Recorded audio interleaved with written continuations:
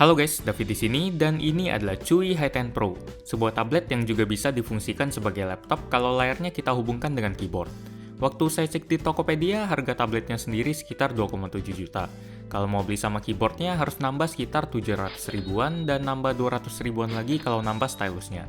Sebelum kita mulai reviewnya, kita selesaiin dulu bagian spesifikasi. Dengan harga yang dipatok, spek dari Chewy Hi10 Pro terbilang cukup tinggi. Prosesornya Intel Atom Z8350, RAM 4GB, memori internal 64GB yang bisa diperluas pakai kartu microSD, resolusi layar sentuhnya 1920x1200 pixel, dan kapasitas baterainya 6500 mAh.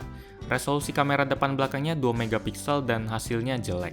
Jadi nggak usah banyak dibahas, cukup tahu aja. Selain spesifikasi, salah satu pertimbangan sebelum orang membeli laptop adalah bobotnya.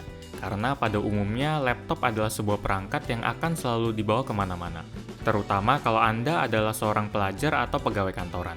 Di Chewy Hi10 Pro ini bobot bukan jadi masalah yang berarti, karena berat tabletnya sendiri cuma sekitar setengah kilo.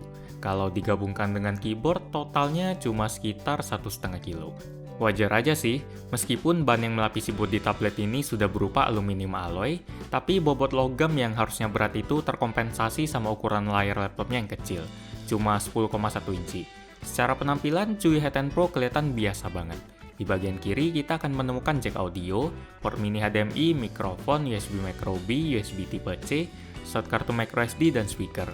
Saya suka dengan sistem pengisian daya melalui slot USB tipe C di tablet ini. Karena rasanya jadi fleksibel aja sih. Dicas langsung LED colokan bisa, dicas pakai powerbank juga bisa. Di bagian atas ada tombol power dan volume, di bagian kanan ada speaker kayak di sebelah kiri tadi, sementara di bagian bawah ada konektor untuk menghubungkan tablet ini ke keyboard. Dengan menggunakan keyboard, kita akan mendapatkan tambahan 2 konektor USB yang bisa dipakai buat mouse atau peripheral lain, kayak flash disk misalnya. Pengalaman mengetik di keyboard ini cukup nyaman, tapi saya harus beradaptasi sekitar sejam 2 jam, sampai kecepatan mengetik saya bisa sama kayak ngetik di keyboard yang lebih luas. Sayangnya keyboard ini nggak dilengkapi backlit untuk mendukung kegiatan mengetik dalam gelap. Mungkin saya ngarepnya kebanyakan ya. Ngomong-ngomong soal keyboard, saya mau ngebahas satu aksesoris lain yang hadir bersama Chewy Hi10 Pro, yaitu stylusnya. Ya, saya kurang nyaranin Anda buat beli stylus buat tablet ini. Bukan karena stylusnya jelek, tapi lebih ke kaca layarnya yang nggak enak buat disentuhin ke stylus. Mungkin kalau Anda yang pakai bakal beda, tapi kalau saya buat nulis kayak biasa pun hasilnya bakal jelek, apalagi buat gambar. Jadi saya cuma pernah pakai stylus ini buat dites doang, sisanya nggak pernah dipakai lagi. Selama pemakaian, saya paling sering manfaatin tablet ini untuk 2 keperluan, yaitu ngetik dan entertainment. Ya, Anda tahulah kalau dalam proses pembuatan review kayak gini, saya harus ngetik skrip dulu. Dan saya udah beberapa kali pakai Hi10 Pro buat ngetik skrip review. Daya tahan baterainya yang bisa bertahan sekitar 5 jam juga termasuk cukup awet. Apalagi kalau ingat resolusi layar tablet ini yang sudah Full HD. Layar Full HD memang jadi salah satu bagian terbaik dari tablet ini. Dengan resolusi setajam itu, saya jadi hobi baca e-book yang jelas lebih enak dibaca di layar yang luas dan beresolusi tinggi. Bisa dibilang 70% waktu saya di tablet ini dipakai buat membaca. Sisanya buat nonton YouTube, baca artikel, dan ngetik skrip. Lah, kalau buat main game? Soal itu tablet ini kurang cocok dipakai buat main game, terutama game yang ada di PC. Karena pada dasarnya Chewy Hi10 Pro itu ditujukan buat kegiatan-kegiatan yang ringan aja, bukan buat main game berat atau edit video.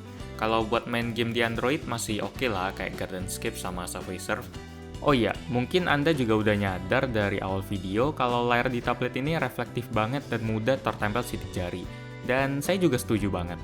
Tapi kalau ingat harganya dan resolusinya yang tinggi, saya jadi nggak terlalu ambil pusing lagi dah.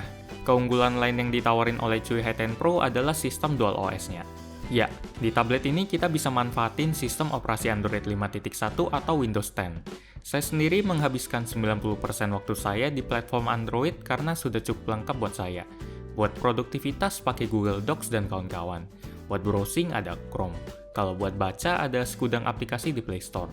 Buat musik, buat nonton, semuanya ada. Saya udah nganggep laptop ini kayak Chromebook lah. Walau begitu, bukan berarti OS Windows-nya jelek. Justru saya kagum soal betapa mulusnya perpindahan dari satu OS ke OS lain. Mau Andanya suka Android atau Windows, nggak kerasa ada kompromi. Oke, mungkin ada satu. Kapasitas penyimpanan di Windows dapat jatah 40 GB dari total 64 GB, sementara Android dapat sisanya. Secara keseluruhan, apakah Chewy Headend Pro recommended? Saya agak ragu. Bukan karena tablet ini kurang cocok dipakai buat main game. Bukan. Laptop dengan harga sekelas juga kurang cocok dipakai buat main game. Saya agak ragu karena dukungan garansinya yang cukup terbatas. Di kolom komentar unboxingnya ada beberapa penonton yang komen kalau agak susah buat ngurusin klaim garansinya. Kalaupun ada yang rela buat bayar buat benerin tablet ini, harganya juga nggak murah. Rata-rata toko yang jual tablet ini juga cuma berani kasih garansi toko selama sebulan. Buat Anda yang nggak terlalu ambil pusing soal garansi, tablet ini saya rekomendasiin banget. Berkat layar beresolusi tajam dan fleksibilitas dua sistem operasi yang nyaman buat dipakai. Tapi buat yang takut barangnya rusak dan repot ngeklaim garansi, mungkin alternatif dari merek yang lebih mainstream kayak dari Acer, Asus, atau Lenovo bisa dipertimbangin, walaupun speknya lebih rendah. Demikian review gadgetin untuk Chewy Headend Pro. Like jika Anda suka dengan video ini, dislike jika tidak suka, dan jangan lupa subscribe buat ngeliat video-video kayak gini lagi. Terima kasih sudah menonton, dan kita ketemu lagi di video selanjutnya. Yuk!